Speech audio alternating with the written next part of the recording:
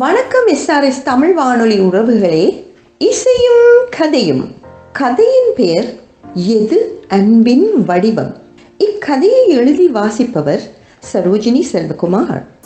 மழை வெயில் பாராமல் பார்ப்பாள் வேலை, மழலையின் கைகளே அவளுக்கு மாலை. இரு தாய்களின் தியாக பயணத்தை சித்தரிப்பதே இந்த கதையின் இதய துடிப்பு. இக்கதையை எஸ்ஆர்எஸ் தமிழ் வானொலியில் ஒளிபரப்ப அனுமதித்த வானொலி உரிமையாளர் திரு ரவிஷான் அவர்களுக்கும், இக்கதையின் பொருள் வடிவம் மாறாமல் திறம்பட தொகுத்தளித்த நிரா சுரேஷிற்கும் என் முதற்கண் நன்றியை கூறிக்கொண்டு, டிஷ்யூ பட்டிகளையும் ஓட்டை வடைகளையும் கையோடு கொண்டு அந்த அன்பு தாய்களின் கதைகளை கேட்க விரைவோமா? வாருங்கள். கதையின் பெயர் எது அன்பின் வடிவம். இசுவடே இசுவடே முறுக்கு முறுக்கோ என்று அந்த சின்னஞ்சிறு பையன் தன் வியாபாரத்தில் மூலமாக செயல்படுவதை பார்த்து பாரதி அதிசயித்தான். பின்னாலேயே கண் தெரியாத தாயின் கையை பற்றி அவன் வழிநடத்தி செல்வதும் தன் வியாபாரத்தில் ஒரு கண்ணுமாக எப்படி அவனால் முடிந்தது? பாரதி அதிசயிப்பதை கேட்ட நிமல், என்னடா அந்த பையன் மட்டுமா? நீ கூடத்தான் ஒரு அதிசய பிறவி. அந்த பையனாவது தன் சொந்த அம்மாவுக்காக பாடப்படுகிறான். நீ மேனகா அத்தை உன் அம்மாவா? அவ உனக்கு சின்னம்மா தானே. உங்க அப்பா 2ஆம் முறை கல்யாணம் முடித்ததால் உனக்கு அம்மா. உங்க அம்மா டாக்டராக பணிபுரிந்த அறிவாளி. மேனகா அம்மாவோ சாதாரண குடும்பத்தில் பிறந்த 10ஆம் வகுப்பு மட்டும்தான் படித்தவா. உங்க அம்மா உன்னை இப்படி விட்டிருப்பாளா? எல்லாம் விதிதான். கடந்த கால இழப்புகளை மறுபடியும் பெற முடியுமா? ஆருயிர் நண்பன் நிமல் கூறுவதை பாரதி ஆமோதித்தாலும் ஒரு பக்கம் ஒன்றுமே குறையாகப்படவில்லை அவனுக்கு. அம்மே, அப்படித்தான் தன் சின்னம்மாவை பாரதி அழைத்தான். அழைக்க பழக்கப்பட்டான். ஆனால் அவர்களுக்கு பிறகு பிறந்த தன் தங்கையோ தாயை அம்மா என்றே அழைத்தான். எதிரே ரயில் தண்டவாளம் எதிர்முனையாக ஓடியது. அதே வேகத்தில் பாரதியின் எண்ணங்களும் பின்னோக்கி ஓடின.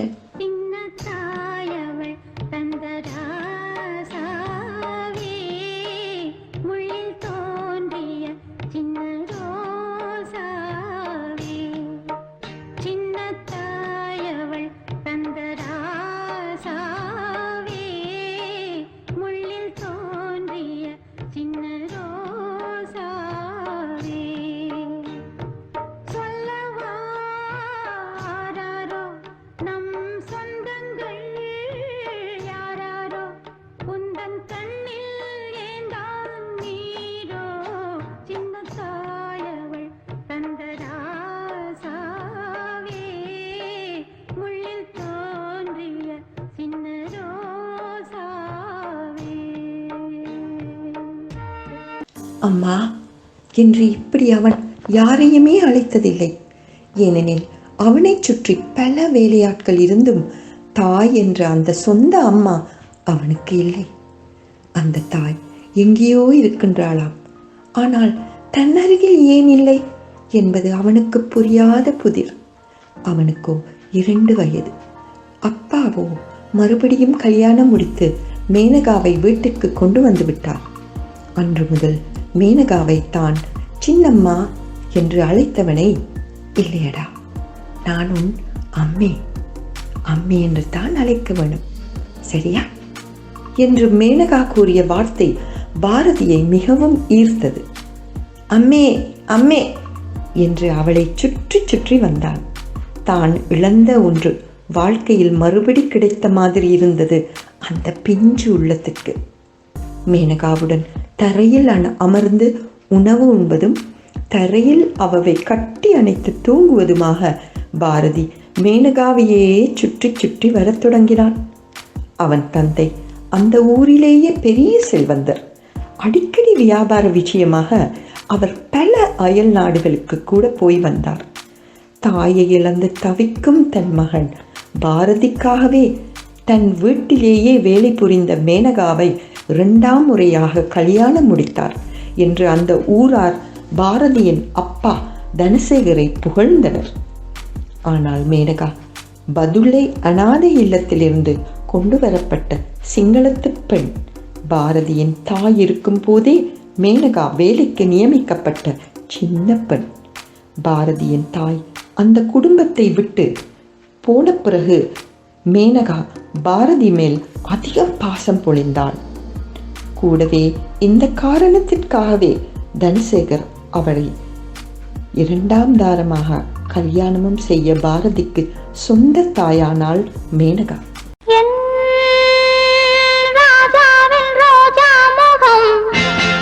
திங்கள் போல் சிரிக்கும் செவ்வாயில் பால் மணக்கும்.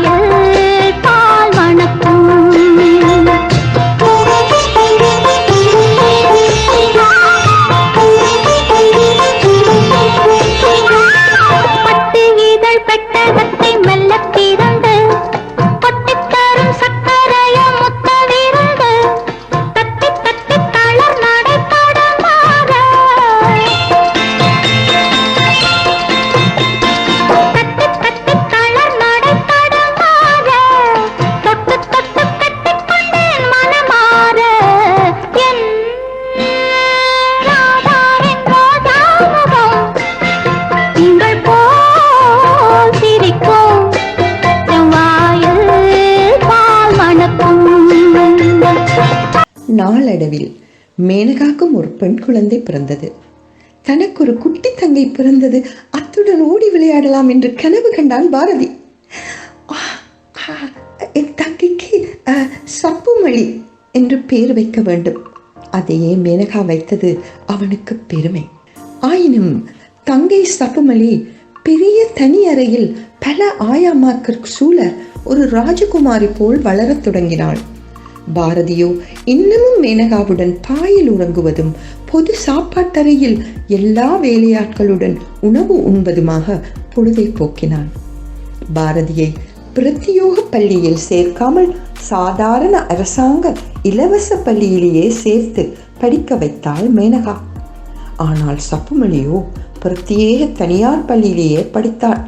இதனால் அண்ணன் தங்கை பாசம் சற்று குறைந்தாலும் பாரதிக்கு தன் தங்கியை பார்க்க பெருமையாக இருந்தது. 6ஆம் வகுப்பு முடிந்ததும் பாரதியை தனியார் பள்ளியில் சேர்த்தாள் மேனகா. வாழ்க்கையில் பல கஷ்டங்கள் பட்டு பாரதியை சாதாரணமாக வளர்த்ததால் பலதரப்பட்ட வாழ்க்கை நிலைகளிலும் பாரதியால் தன்னை தயார்படுத்தக்கூடியதாக இருந்தது. மேனகா இதை பார்த்து பூரித்து போனாள்.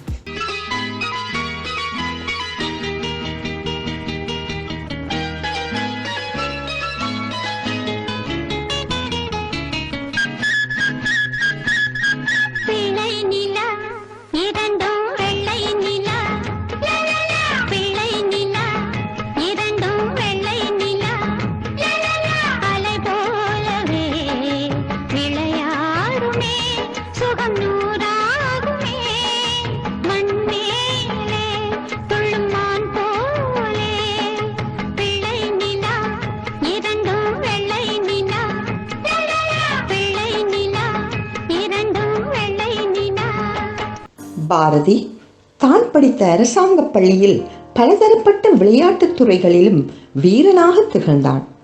அதனால் அந்த வட்டாரத்திலேயே பாரதி என்று சொன்னால் எல்லோரும் அவனை நன்கு அறிவர்.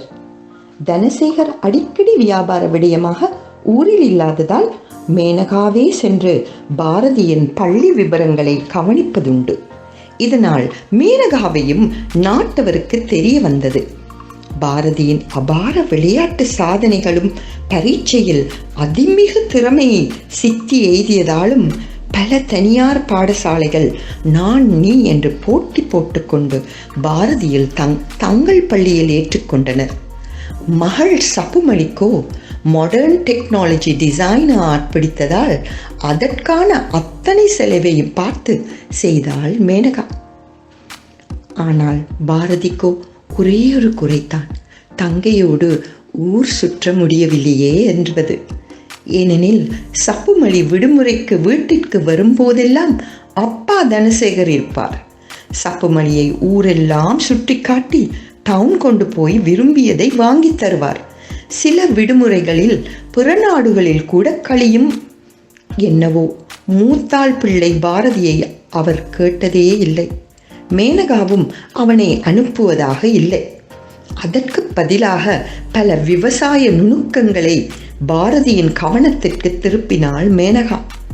வீட்டிலுள்ள மற்ற வேலையாட்களோ மேனகா ரொம்ப தான் பண்ணுகிறாள், மூத்தாள் பிள்ளை என பாரதியை எங்கேயும் விடுறதில்லை. ஆனால் அவள் பிள்ளைய ஊர் பார்க்கறதுக்கும் அனுப்புகிறான். பாரு, காலம் கெட்டு போச்சு. ஆனால் மேனகா இதையெல்லாம் கணக்கெடுக்காமல் பாரதிக்கு ஒரு சாதாரண குடிமகனின் வேதனைகள் புரிய வேண்டும் என்ற நோக்கத்துடன் படிக்க வைத்தாள். தன் புது தனியார் பள்ளிக்கு முதல் நாள் பள்ளிக்கு சென்ற பாரதிக்கு ஒரு இன்ப அதிர்ச்சி காத்திருந்தது. பழைய அரசாங்க பள்ளியில் சிறு வயது முதல் தன்னுடன் படித்த ரூபினி இந்த பள்ளியிலும் இருந்தாள், அதுவும் அதே வகுப்பில்.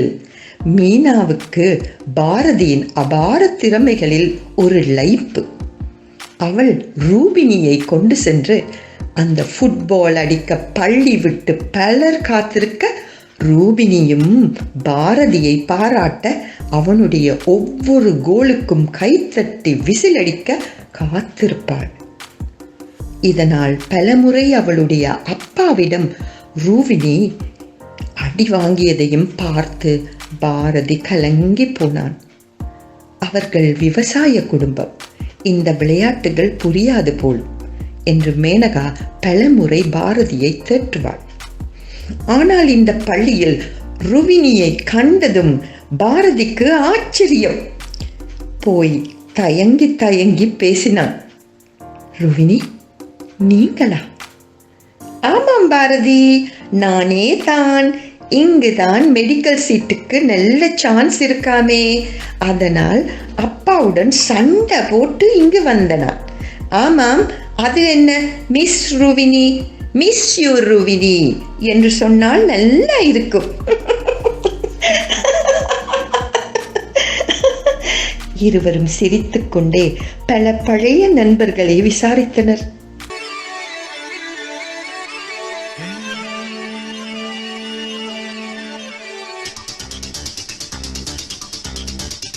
ஒரு வட்டாம்பூச்சி நெஞ்சுக்குள்ளே சுற்றுகின்றதே, அது சுற்றி சுற்றி ஆசை நெஞ்சை தட்டுகின்றதே.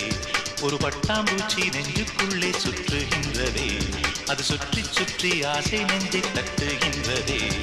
காதல் சொல்ல வந்தே உன்னிடத்திலே, வார்த்தை ஒன்றுமில்லை அடியன்னிடத்திலே. அட காதல் இதுதான்.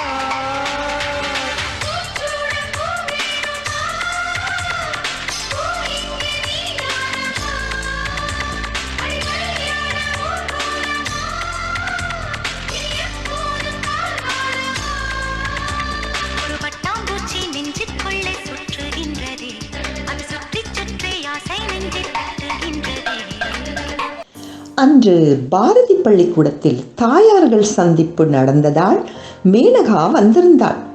அங்கு விசேஷமாக மேனகா பலருடன் சகஜமாக பேசினாலும் சந்திரிகாவுடன் அன்பாக ஒட்டிக்கொண்டாள். சந்திரிகா அங்கு சந்திப்புக்கு வந்திருந்தாலும் அவளும் மேனகாவும் ஒரே அனாதை விடுதியில் சிறு வயது முதல் வளர்ந்தவர்களாம். அதே ஊரில் இருந்தும் ஒருவரையொருவர் சந்திக்க முடியாமல் போனது ஆச்சரியம்தான். அந்த அனாதை விடுதி பல இலட்சியவாதிகளை உருவாக்கி இருந்தது.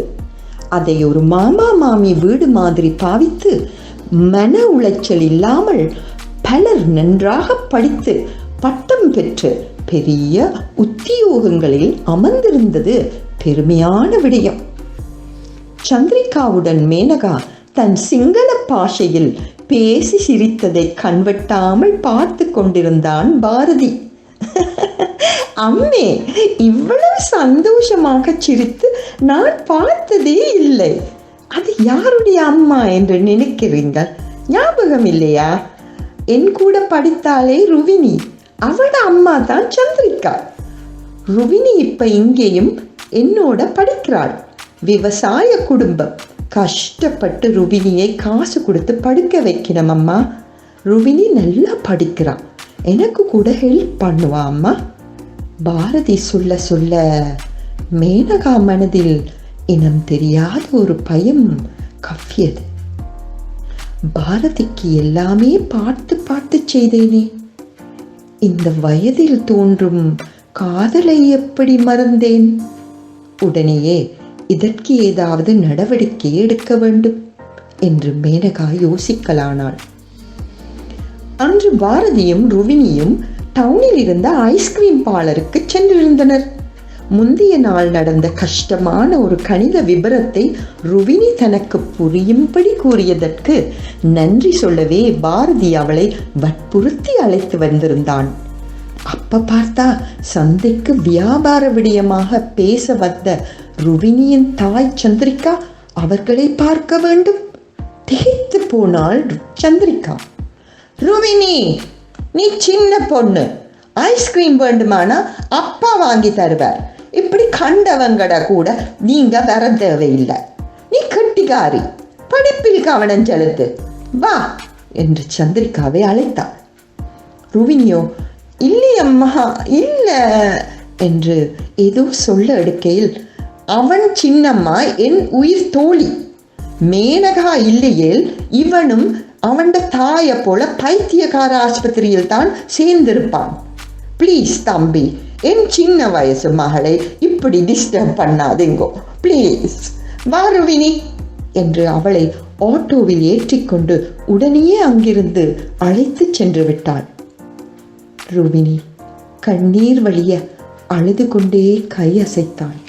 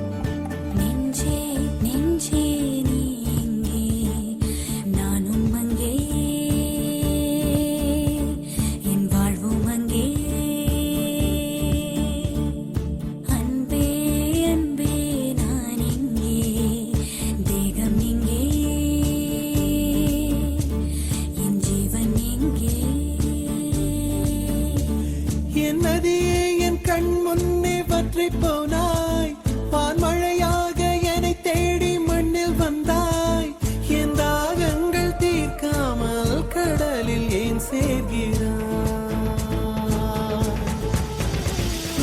நெஞ்சே நெஞ்சே நீ எங்கே, நானும் அங்கே,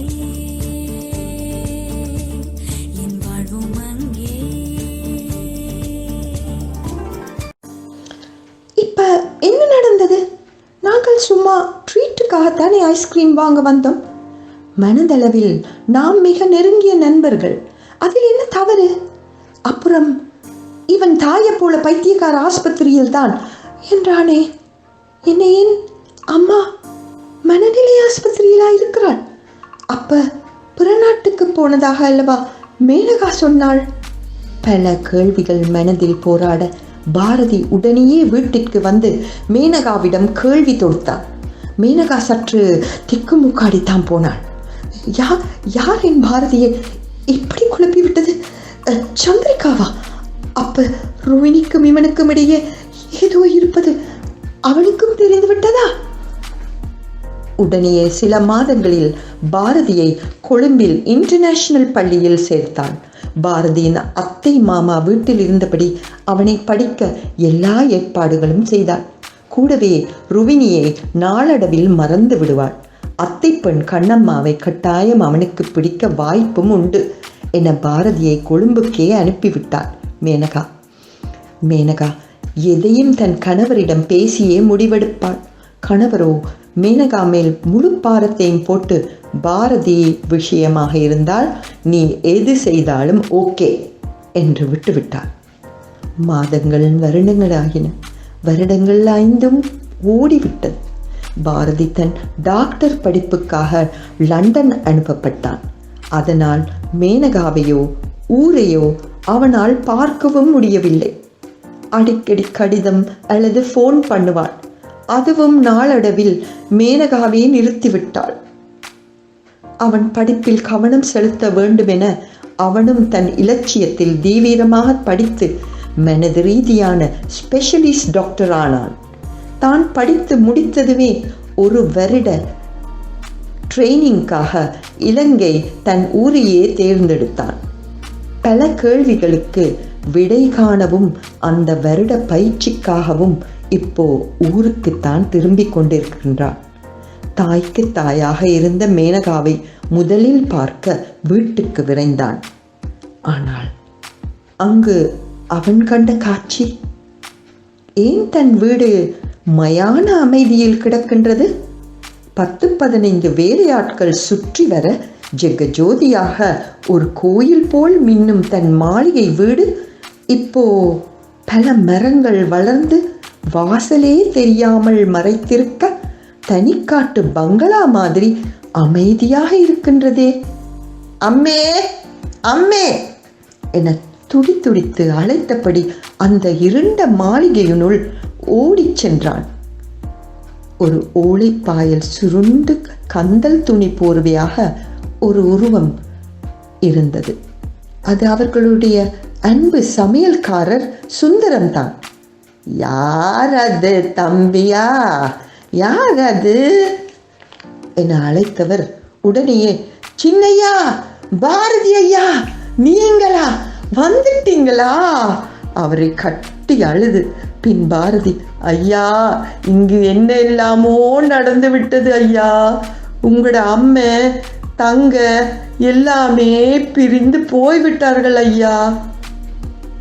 தங்கை பெரிய இடத்தில் மணமுடித்து பிற நாட்டுக்கு போய்விட்டாளாம். அப்பா போய் சேர்ந்து விட்டாராம். அம்மே அம்மே அங்க, எந்த அம்மே அங்க, எந்த அம்மே. அவ தன் பழைய அநாதை விடுதிக்கே போய்விட்டாளாம். வீடு சொத்து இது உண்டுமே வேண்டாம் என மேனகா அநாதை விடுதிக்கே கோயிலுக்கும் எழுதிவிட்டு போய்விட்டாளாம். பாரதி மேனகாவை தேடி அவளுடைய பழைய அந்த அநாதை விடுதிக்கே சென்றான். அங்கே மேனகா இருந்த அறையை அவன் அடைந்தான். உள்ளே மேனகா ஒரு வயதான அம்மாவை சக்கர நாட்காலியில் வைத்து தள்ளி கொண்டிருந்தான். பாரதி என அவளை வியப்போடும் பாசத்தோடும் ஓடி வந்து கட்டி அணைத்து முத்தமிட்டாள். அம்மே அம்மே, என்ன வாயிற்றம்மே, ஏன் வீட்டை விட்டு இங்கு வந்துட்டீங்க என்று கேள்வி மேல் கேள்வி தொடுத்தான் பாரதி. எல்லாவற்றுக்கும் ஒரு தகுந்த காரணம் உண்டு கண்ணே. நான் வாழ்க்கையில் ஒரே ஒரு சத்தியம்தான் பண்ணினேன். அதற்கான பலன் இதோ, நீ இப்போ ஒரு நல்ல மனிதனாக என் முன் வந்து நிற்கின்றாய். உன் அம்மா ஓடிப்போனவள் பைத்தியக்கார ஆஸ்பத்திரியில் இருக்கின்றாள் என்று எத்தனையோ வதந்திகளால் நீ கஷ்டப்பட்டாய் இல்லையாடா? அவள் ஒரு புண்ணியவதி அம்மா. சந்தர்ப்பம் சூழ்நிலை தான் அவள் உன் வாழ்க்கையில் இல்லாமல் போனதற்கு காரணம். இதே அநாதை விடுதியில் என் 15 வயதில் எங்களுக்கு மருத்துவ பரிசோதனைக்காக வந்தவதான் உங்க டாக்டர் அம்மா சுபாஷினி. நான் நல்ல துருதுருவென பேசி பழகியதால் என்னை உங்க அம்மாவுக்கு நன்கு பிடித்து விட்டது. நானும் மேலே படிக்கலாம் என்று இருந்தபோது இந்த அநாதை விடுதியை மேற்பார்வை செய்யும் ஒரு அதிகாரி என்னை தவறாக நெருங்கியதால் நான் விடுதியை விட்டு ஓடி போய்விட்டேன். எங்கு போவதென்று தடுமாறி கடைசியில் உங்க அம்மாவின் ஆஸ்பத்திரிக்கே போய் சுபா அம்மாவிடம் சரணடைந்தேன். அப்பனே 2 வயதுதான். அப்பாவோ வழமை போல் வெளிநாடுகளில் வியாபாரத்தில் இருந்ததால் உன்னை பார்த்து கொள்ள என்னை தன் வீட்டிலேயே ஒழுங்கு செய்தாள் சுபா அம்மா. நானும் சின்னஞ்சிறு உன்மேல் அன்பு மொழி பொழிது என் துயரமெல்லாம் மறந்தேன். அந்நேரம்தான் நாட்டிலும் பல தீவிரமான வெடிகுண்டுகளும் போரும் நடைபெற்றது. நம் சகோதர வீரர்கள் குண்டடிப்பட்டு காயப்பட்டதால் சுபா அம்மாவை இரகசியமாக தன் இருப்பிடங்களுக்கு அழைத்துச் சென்று காயங்களுக்கு மருந்து போட வைத்தனர். நம் நாட்டுக்காக உழைக்கும் அவர்களை அனுதாபத்துடன் காப்பாற்ற சுபா அம்மாவும் சம்மதித்தார்கள். இது சுதந்திர போர். எல்லோரும் ஒற்றுமையாக செயல்பட்டாலும் சிலர் தடுக்கத்தானே செய்கின்றனர். அதில் உங்கள் அப்பாவும் ஒருத்தர். தன் வியாபாரத்திற்கே கேடு என்று சுபா அம்மாவை மிகவும் கோபித்தார்கள். பல இரவுகள் சுபா அம்மா வீரர்களை தேற்ற காட்டிற்கே போக வேண்டியிருக்கும். அந்நேரமெல்லாம் 2 வயதான தன் அன்பு செல்லத்தை என்னிடமே முழு பொறுப்பாக கொடுத்து செல்வார். இப்படி நான் உன்னுடன் இருந்த ஒரு ராத்திரி உங்க அப்பா ஊருக்கு திரும்பி இருந்தார். சுபா அம்மா இல்லாத கோபத்தினால் நன்றாக குடிக்கலானார். குடி போதையில் அன்று அன்று ஆதரவற்ற என்னிடம் தவறாக நடந்து விட்டார். நான் துடித்து போனேன். ஆதரவு தேடி வந்த இடத்தில் எனக்கு இப்படி ஆகிவிட்டதே. ஆனால் சுபா அம்மா என் தெய்வமாக இருந்தவரிடம் நான் தான் தப்பு செய்து விட்டேனோ என்று நான் ஓயாமல் அழுதேன். விஷயம் அறிந்து சுபா அம்மா சில நாட்கள் ஓயாமல் அழுதாள். அப்புறம் என்னையும் உன் அப்பாவையும் அழைத்து ஒரு இக்கட்டான முடிவை கூறினார். என்னை நம்பி வந்தவள் மேனகா என் மகனுக்கு தாய்க்கு தாயாக இருந்து தன் நன்றியை காட்டிக் கொண்டிருக்கின்றாள். இங்க பாருங்கத்தான், நாங்கள் அவளை கசக்கி எறியும் ஒரு காகிதம் போல குப்பை தொட்டியில் வீச முடியாது. அவளும் ஒரு ஜீவன். எனக்கு அவளை கைவிட்டு துரோகம் இழைக்க மனமே இல்லை. தப்பு நடந்து விட்டது அத்தான், தப்பு நடந்தே விட்டது. மேனகாவே, நீங்கள் கல்யாணம் முடிக்கத்தான் வேண்டும். நீங்க கல்யாணம் முடித்து 2ஆம் தாரமாக ஏற்றுக்கொள்ளத்தான் வேண்டுமத்தான். நான் நாட்டுக்காக சேவை செய்ய போராளிகளுடன் போகின்றேன். ஒரே ஒரு சத்தியம் செய்து தான் மேனகா, என் மகன் பாரதியை ஒரு நல்ல மனிதனாக நீ உருவாக்கி விடுவாய். செய்வியா மேனகா?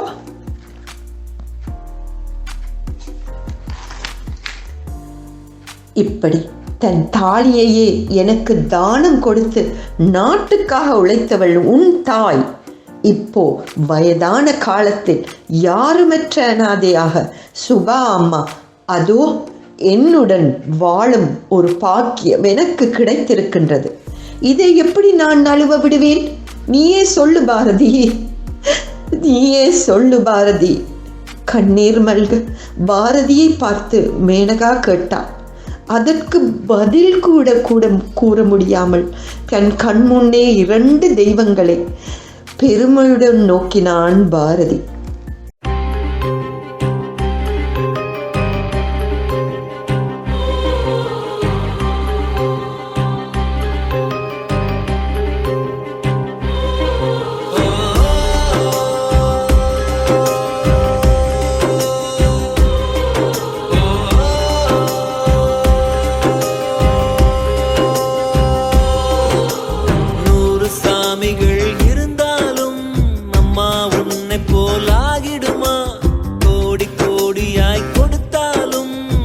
தந்த அன்பு கிடைத்திடுமா?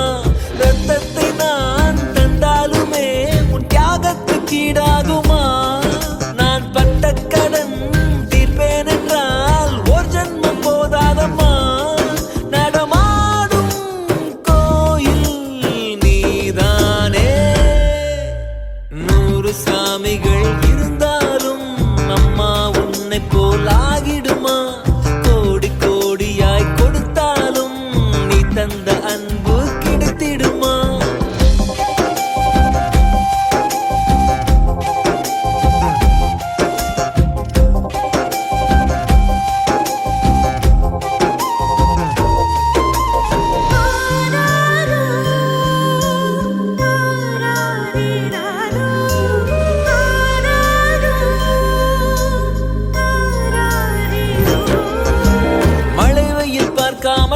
தாய்ப்பால் வேலை குழந்தைகள்